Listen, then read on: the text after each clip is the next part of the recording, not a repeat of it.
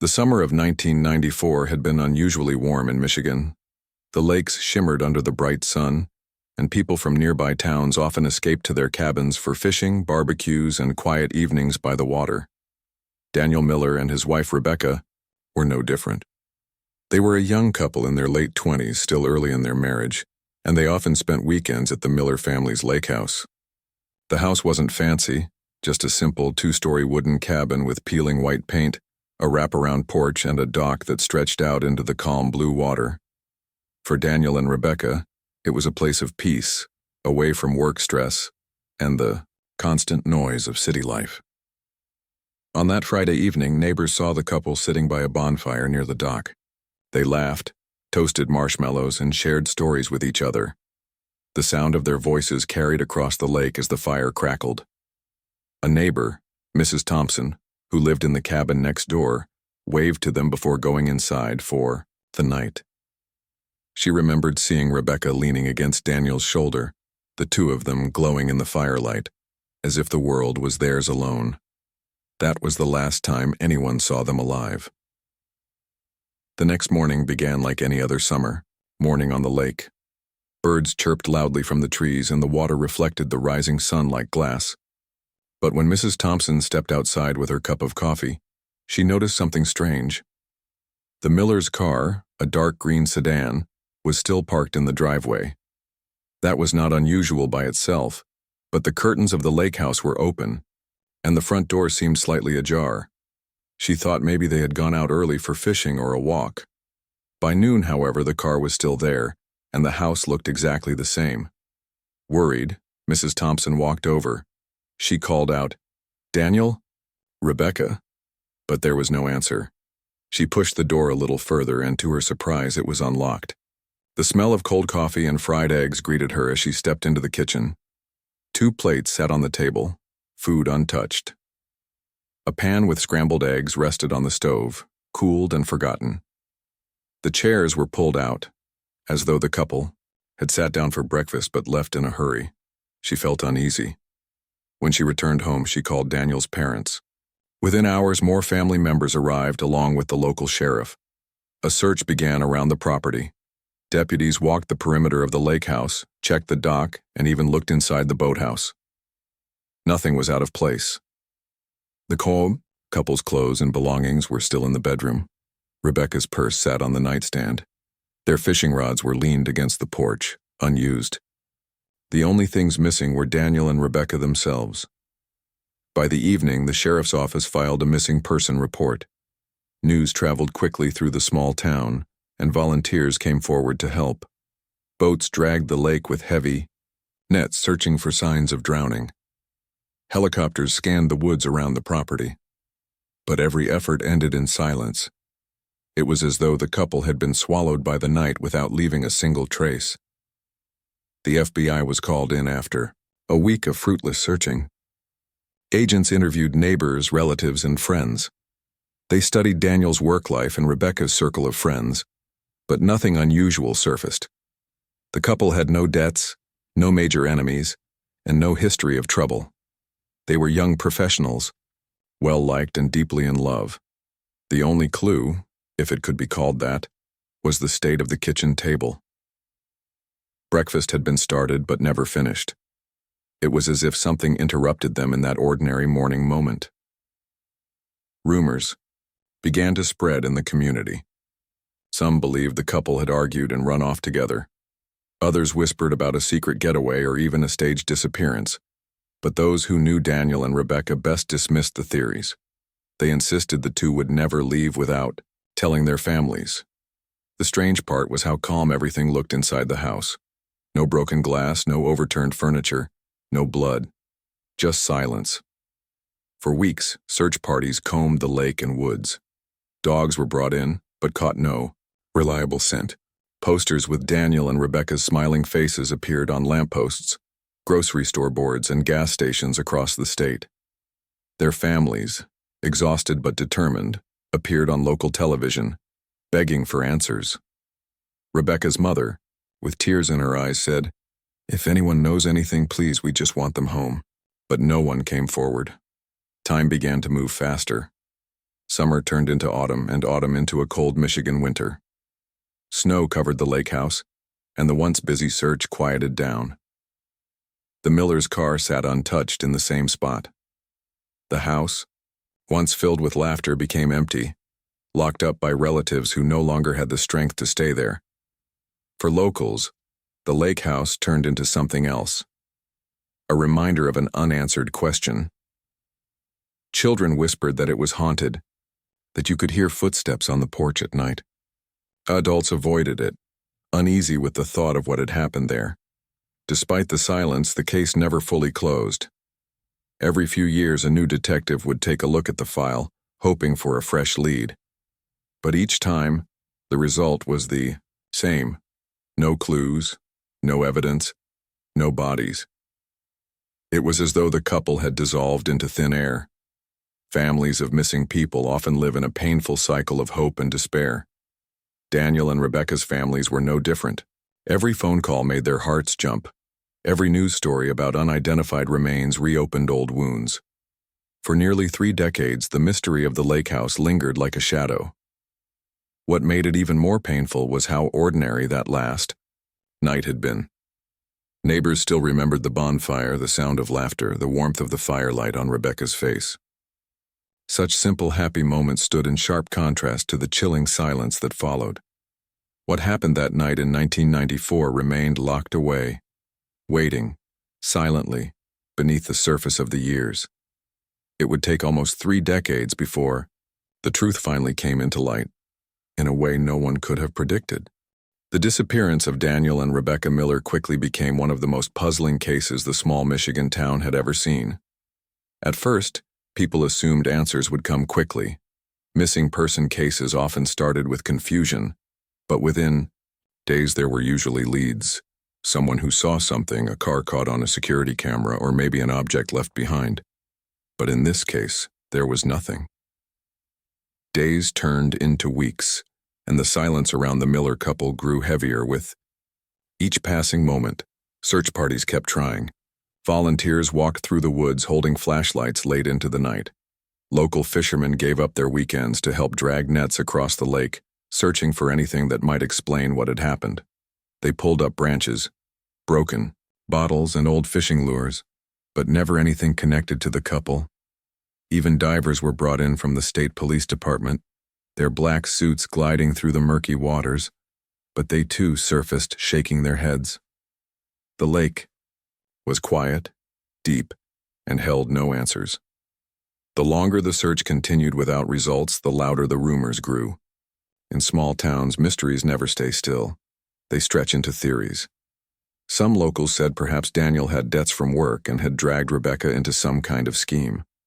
Others whispered about a troubled marriage, though those who truly knew, the couple rejected that idea outright. They had seen how Daniel always opened doors for Rebecca, how Rebecca smiled when Daniel spoke, how natural their connection was. To them, the rumor felt cruel. The FBI agents assigned to the case worked carefully. They combed through Daniel's business records, traced his bank accounts, and followed Rebecca's phone records. They interviewed everyone who had last seen the couple. They even checked the gas station cameras from the nearby highway, but in the early 1990s, security footage was grainy and unreliable. Nothing solid appeared. The case file grew thicker, filled with papers and interviews, but still not a single page contained the answer to the central question. Where had Daniel and Rebecca gone? The lake house itself was searched again and again. Agents went through every room, even the crawl space under the porch. They found Rebecca's purse with her driver's license untouched. Her clothes were still neatly folded in the bedroom drawers. Daniel's wallet was sitting on the dresser. If the couple had planned to run away, why leave everything behind? And if they had been taken by someone, why was there no sign of a struggle? The unlocked door and the untouched breakfast only deepened the mystery. By the end of the first year, the official search slowed down. Agents had other cases, and resources couldn't stay tied to a mystery that had produced no results. The family, however, never stopped. Daniel's parents organized candlelight vigils at the lake house each year on the anniversary of the disappearance. Rebecca's sister would walk along the shoreline, leaving flowers on the dock where her sister was last seen. These small acts kept the memory of the couple alive, even as hope began to fade for many. By the early 2000s, nearly 10 years had passed. Technology was advancing, but even with new tools, investigators couldn't find answers. The Millers' case remained on the FBI's list of cold cases. Sometimes small developments gave the families hope. In 2002, a fisherman reported finding fabric tangled on a branch deep in the water. But when it was tested, it turned out to be an old shirt unrelated to the case. In 2006, someone claimed to have seen a couple who looked like Daniel and Rebecca in another state, but after checking, it was simply a coincidence. Each lead ended the same way, with disappointment.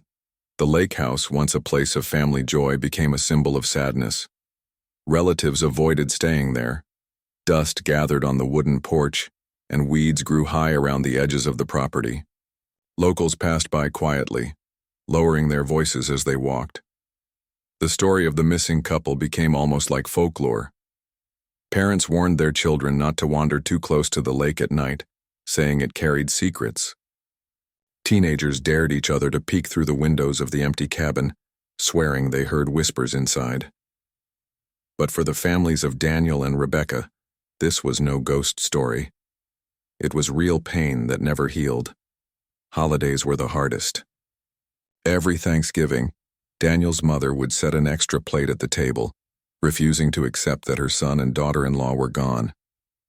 Rebecca's father carried a small photograph of her in his wallet, worn around the edges from being handled so often. They prayed for closure, but year after year it didn't come. The case also left a mark on the community. People grew uneasy about staying at lake houses for too long. Visitors who didn't know the story often felt something strange about the silence around that particular cabin, only to later hear whispers of the vanished couple. The mystery had woven itself into the town's identity, and even though years passed, no one could fully move on. Law enforcement tried revisiting the case in 2010 when a new FBI agent joined the cold case unit. He pulled out the old files, carefully reading through the interviews and evidence. He walked through the lake house, now quiet and almost frozen in time.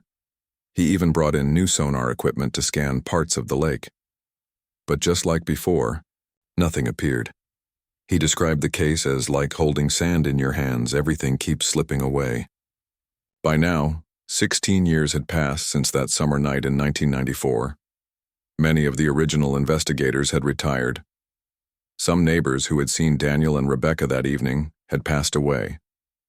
Still, the memory lingered. People remembered how happy the couple had looked by the bonfire. They remembered how sudden their disappearance had been. And they remembered how quickly life could change, leaving only unanswered questions behind. For the next decade, the case stayed quiet. It sat in boxes and files, waiting for someone to notice it again. The families grew older, their voices softer, but their determination unchanged. They wanted closure before their own lives ended. And deep down, many wondered, was the truth lying somewhere close by, waiting to be found? Little did anyone know that the answer had always been there, hidden beneath the calm surface of the lake, just waiting for technology and time to finally bring it to light. Nearly 3 decades had passed since Daniel and Rebecca Miller vanished from their lake house in 1994. The case had grown cold long ago, and for many people, it had become more of a sad memory than an active investigation. The lake house still stood quietly by the water, but it was rarely visited. Dust covered the furniture, and the once bright paint had faded under years of weather. To most, it was just another abandoned place holding an unanswered question. But for the families of the Millers, the pain never disappeared. They still believed the truth was out there. In 2022, something unexpected happened.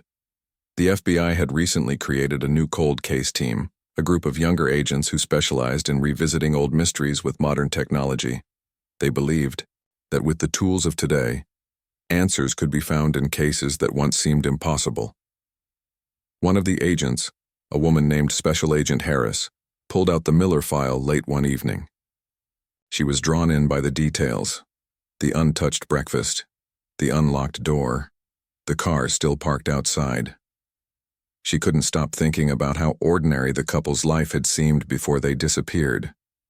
To her, It didn't feel like people, who had simply chosen to vanish.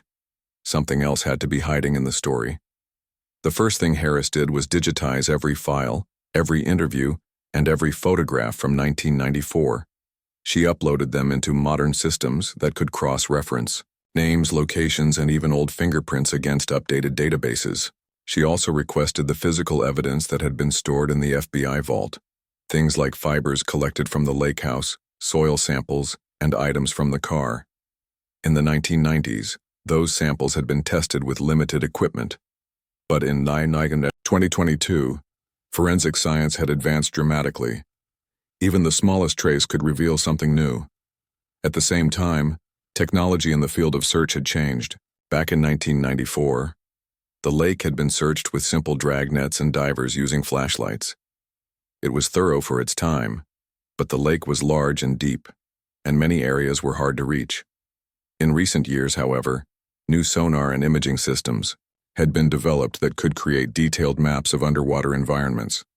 Harris believed the lake itself might still hold secrets. She requested permission to conduct a new scan using state-of-the-art equipment. When the families heard that, the FBI was reopening the case, they were overwhelmed with emotion. After so many years of waiting, they had almost lost hope. Daniel's mother cried when Harris called her. She told the agent, "I don't care if I'm old now. I just need to know what happened before I leave this world." Rebecca's younger sister, now in her 50s, said, "We lived half our lives in the shadow of this mystery. Please don't let this be another dead end." Their voices gave Harris even more determination. In early 2023, the new investigation began. The cold case team traveled to the lake house in Michigan, which still looked nearly the same as it had in 1994. The dock was older, the paint had peeled more, but the structure was intact. Walking inside, the agents felt as though time had frozen.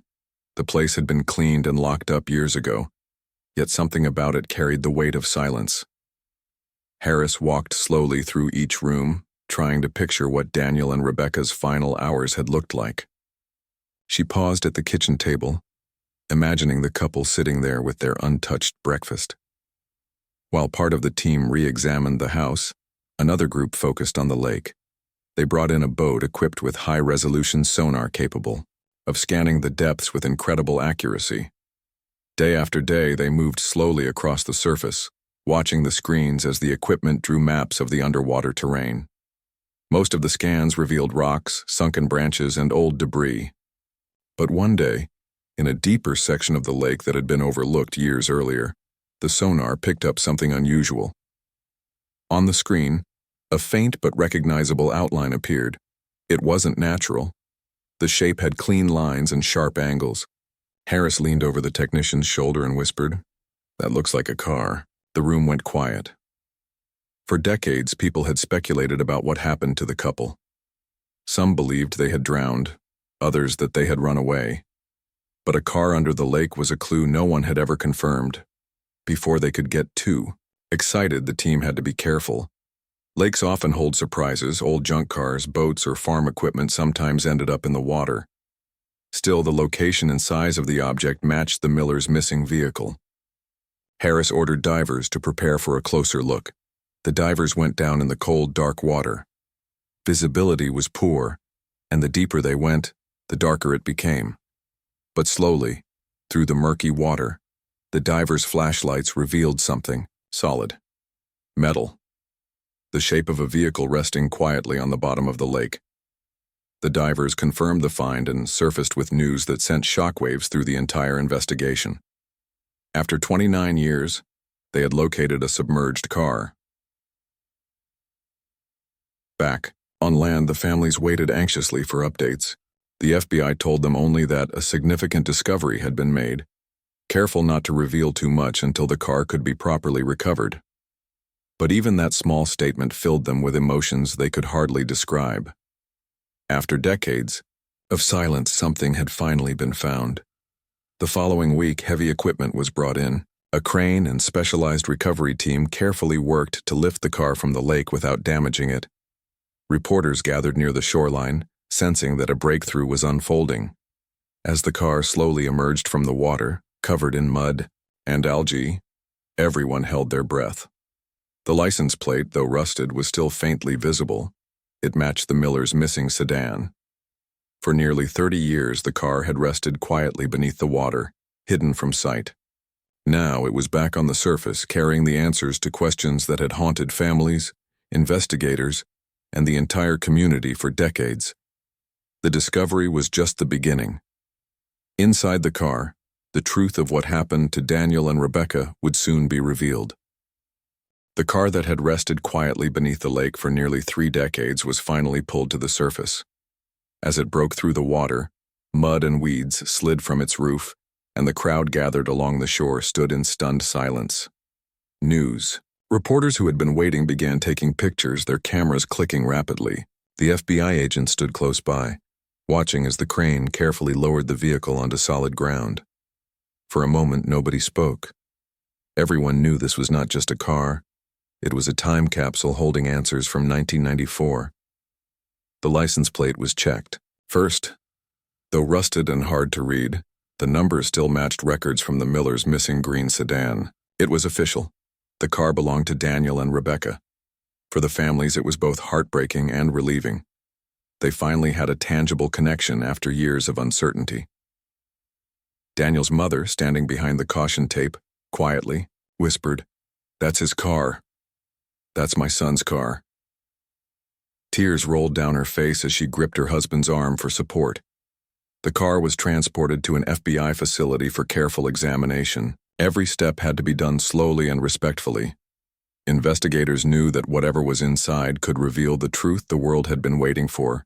The vehicle was placed in a controlled environment, where forensic experts in white suits began their work.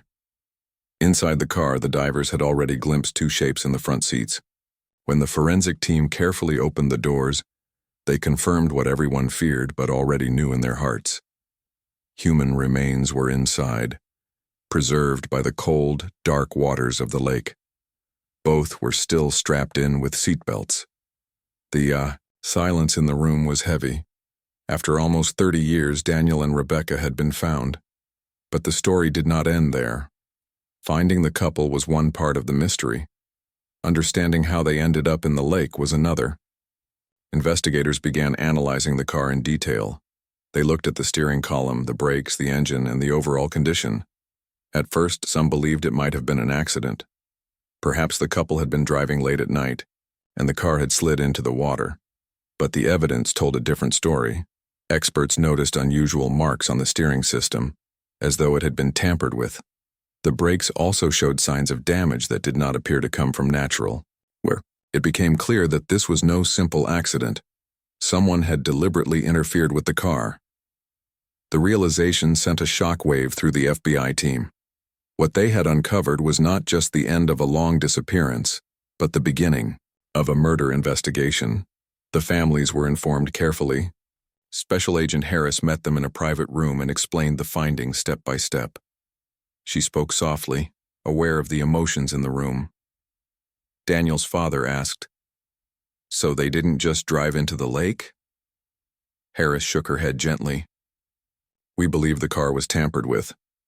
We are now treating this as a homicide." The room filled with gasps and quiet sobs. For the families, the pain deepened, but there was also a strange sense of relief. Finally, after so many years of wondering, they had an answer, though it was not the one they had hoped for. As the news broke publicly, it stunned the nation. Media outlets across the country carried the headline, "Missing Couple of 1994 Found in Submerged Car. Investigation Now a Homicide." Television anchors revisited old footage from the original search in the 90s, showing young reporters standing by the lake house, speculating about the couple's fate. Social media lit up with comments. People shared memories of hearing about the case as children and never imagining it would be solved decades later.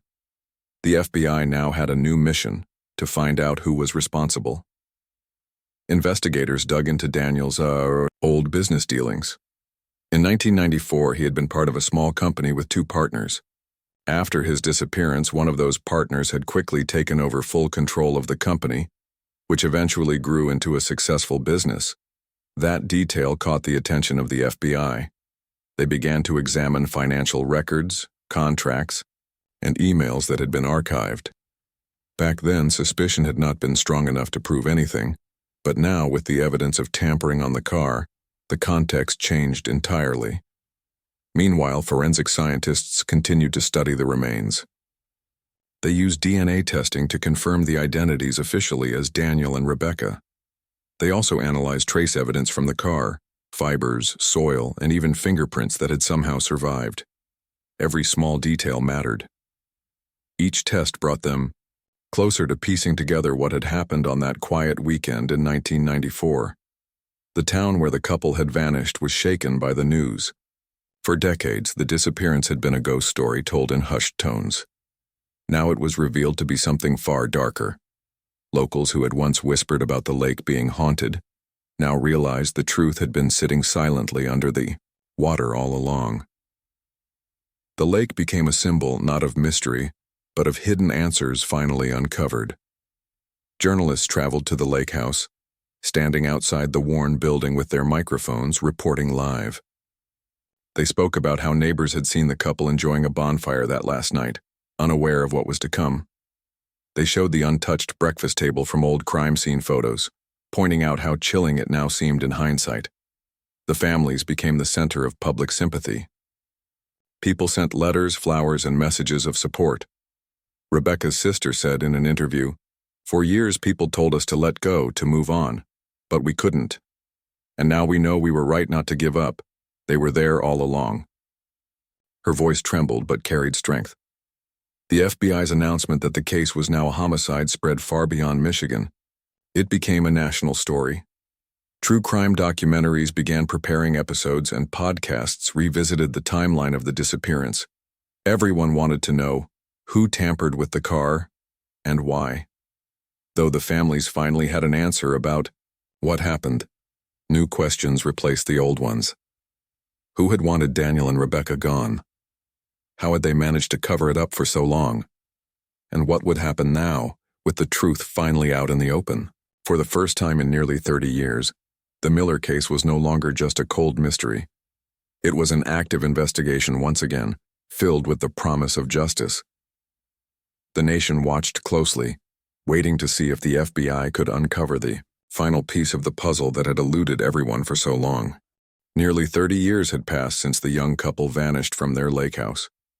For almost 3 decades, their families lived with an unending sense of worry and hope, never knowing what had happened to their loved ones. Every phone call, every holiday, every quiet evening by the lake carried a weight of unanswered questions. Yet life went on, as it always does. The town slowly moved forward, though the story of the couple lingered in whispered conversations, in the memory of those who had known them, and in the empty house by the water that remained as a silent monument to the mystery. When the FBI decided to reopen the case, no one could have predicted the chain of events that would follow. Technology had advanced in ways unimaginable in 1994. Forensic science had grown far beyond what the original investigators had at their disposal. Old evidence, which had seemed useless decades ago, could now be analyzed with a level of precision that promised answers. Every photograph, every item collected from the house, every scrap of material the investigators had preserved, became a potential key to unlocking the truth. The process began quietly. Teams of experts examined photographs taken during the initial investigation, noting small details that had been overlooked. They looked at shadows, at footprints, at disturbances in the surrounding landscape that no one had noticed before. They analyzed items that had been stored in evidence lockers for years. Fingerprints that had been impossible to identify in the past were re-examined. Clothing fibers, soil samples, and even tiny specks of hair were tested with modern techniques. The investigators worked methodically, driven by a determination to find answers for the families who had been waiting for so long. Then came the breakthrough. It was something so small, so easy to miss, that it had remained invisible for nearly 30 years. A trace of DNA was discovered in a location that no one had ever thought to examine closely. It was almost miraculous that it had survived all this time, hidden from the elements, yet still preserved enough to reveal its secrets. Once the analysis confirmed whose DNA it was, Investigators immediately knew that they had finally found the couple. The realization sent a wave of shock and relief through the team, but it was only the beginning. The next step was to locate the remains. Investigators returned to the lake house and the surrounding woods, combing the area with extreme care. Using modern mapping technology and ground-penetrating radar, they identified an area that had been missed during the original search.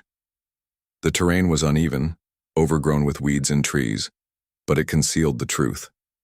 Carefully, piece by piece, they uncovered what had been hidden for so long. Human remains buried and undisturbed were finally brought to light.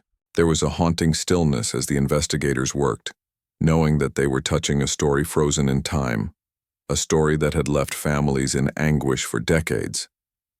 Identification was confirmed through DNA testing. The couple who had vanished in 1994 were finally accounted for. For their families, it was an emotional storm. Years of unanswered questions, of imagined scenarios, of hope and despair came crashing together. There were tears of relief, tears of grief, and tears for the years lost. Finally, there was certainty. The mystery that had hung over the community for nearly 30 years was now solved, though the solution brought sorrow alongside the closure. The FBI pieced together the events of that fateful night as best as they could. While some details remained uncertain, a clearer picture emerged. It was evident that foul play had been involved. The couple had known the person responsible, someone they had trusted, and the events of that night had spiraled tragically. The motive, though partially hidden, involved a betrayal that turned deadly. The investigators reconstructed the timeline, using evidence, interviews, and the knowledge gained from decades of forensic advancement.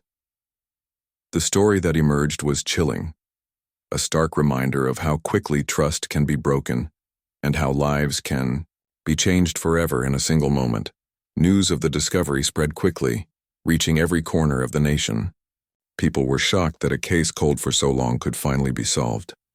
The story captured headlines not just for its mystery, but for the persistence of justice. It reminded the public that even when the trail goes cold, science and determination can eventually reveal the truth. Experts were interviewed on television, explaining how forensic advancements had made the discovery possible.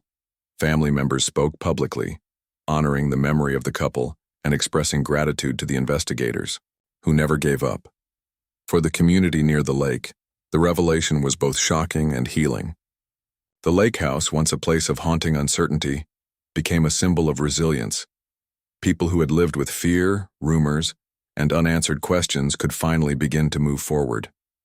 The case also prompted local authorities to review other unresolved disappearances, using the lessons learned to ensure that no clue was ever overlooked again. The emotional impact on the families was profound. They had carried grief for 30 years, navigating life without knowing the fate of their loved ones. Finally, there was an opportunity to mourn fully, to hold memorials, and to remember the couple as they had been, rather than as victims of an unsolved mystery. Friends and neighbors came together to celebrate their lives, sharing memories that had been tucked away for decades. Photos, letters, and keepsakes were brought out, and the stories that had been whispered in private were now shared openly, honoring the couple's memory. In the end, the case became a testament to patience, perseverance, and the relentless pursuit of truth. It showed that even when decades pass, justice can still reach the victims and their families. The shocking discovery reminded everyone that no mystery is permanent, and no effort to uncover the truth is wasted. While the events of that night were tragic, the resolution brought a measure of peace to a story that had once seemed hopeless. The lake, once silent and ominous, now carried a quieter tone. Visitors, once hesitant to approach, could see the house and the surrounding area with new eyes. The story of the couple, their lives, and their tragic end became part of local history, shared carefully to honor them and the journey of those who refused to forget. Their legacy, though marked by sorrow, became a reminder of the strength of family, community, and the tireless work of those dedicated to finding the truth, no matter how long it takes. Even after 30 years, the story proved that mysteries, though dark and long unsolved, can finally find light. The discovery, though tragic in nature, brought closure, understanding, and a chance to remember the couple with love and respect. Families, investigators, and the nation were reminded that persistence, combined with the right tools, can overcome even the longest and coldest of cases. The lake, once a silent witness to tragedy, now stood as a quiet testament to truth, remembrance, and the power of never giving up.